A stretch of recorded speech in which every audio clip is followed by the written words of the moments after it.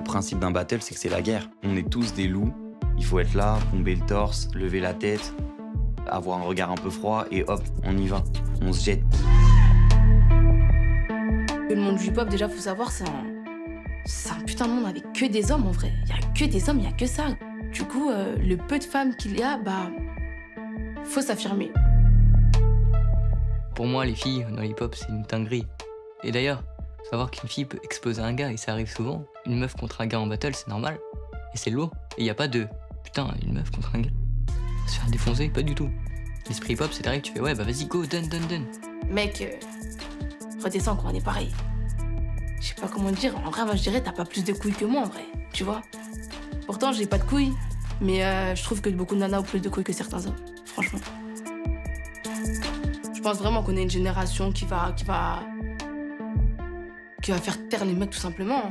Rookies, c'est tout simplement un documentaire sur ce qui se passe au lycée Turgot.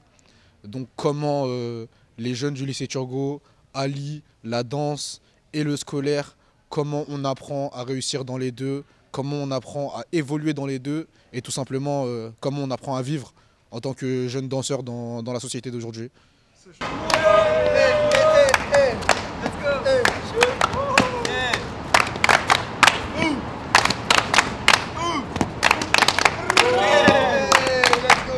Donc le lycée Turgot, c'est un très bon lycée situé à République, à Paris, directement dans Paris.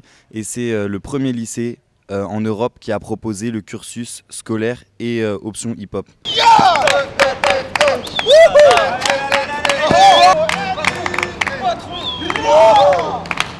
On était tous les deux élèves à Turgot, moi en terminale et Nate en seconde. Et du coup, on est venu nous trouver directement parce que nos profils les intéressaient particulièrement pour le film. Et du coup, ils nous ont contactés, nous demandaient si on était OK pour faire le film. On a dit oui. Puis après, ils nous ont filmé comme ça, vraiment comme un documentaire. Donc, on calculait pas trop les caméras. Et ça s'est fait naturellement tout au long de l'année. En fait, à l'époque, personne ne réalisait que ça allait vraiment passer au cinéma et vraiment aller aussi loin.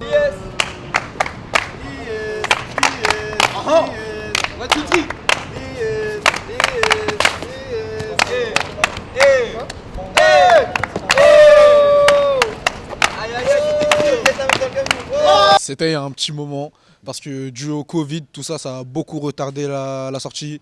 Et même la prod, c'est la prod qui a décidé de retarder la sortie parce qu'ils se sont dit oui. Et ils nous ont expliqué que le cinéma c'était un monde cruel, un monde plutôt difficile. Et que sortir en période de Covid, c'était une très mauvaise idée. Du coup, les images que vous voyez dans le film remontent à 3-4 ans. Il y a 4 ans, ouais. Il y a 4 ans.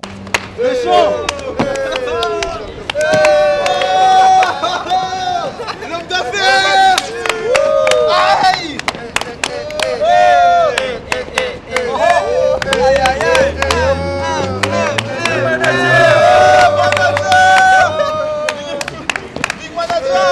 Alors c'est une dinguerie.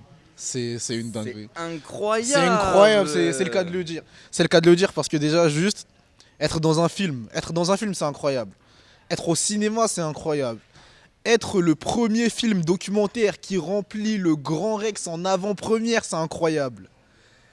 Mais Hollywood, là c'est Hollywood là. Hollywood, c'est tout ce que j'ai à dire. Souhait! Let's go! Let's go, boy!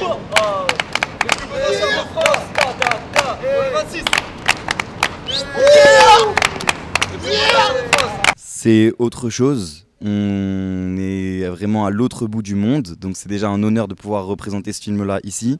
Et puis c'est porteur d'espoir. C'est un bon début de carrière, on est encore très jeune.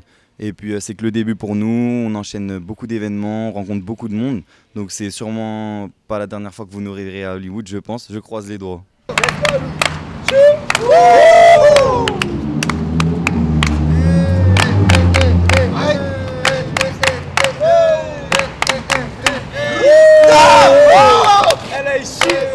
On n'est pas acteur de base, puisque c'était vraiment un documentaire, donc rien n'est joué dans le film.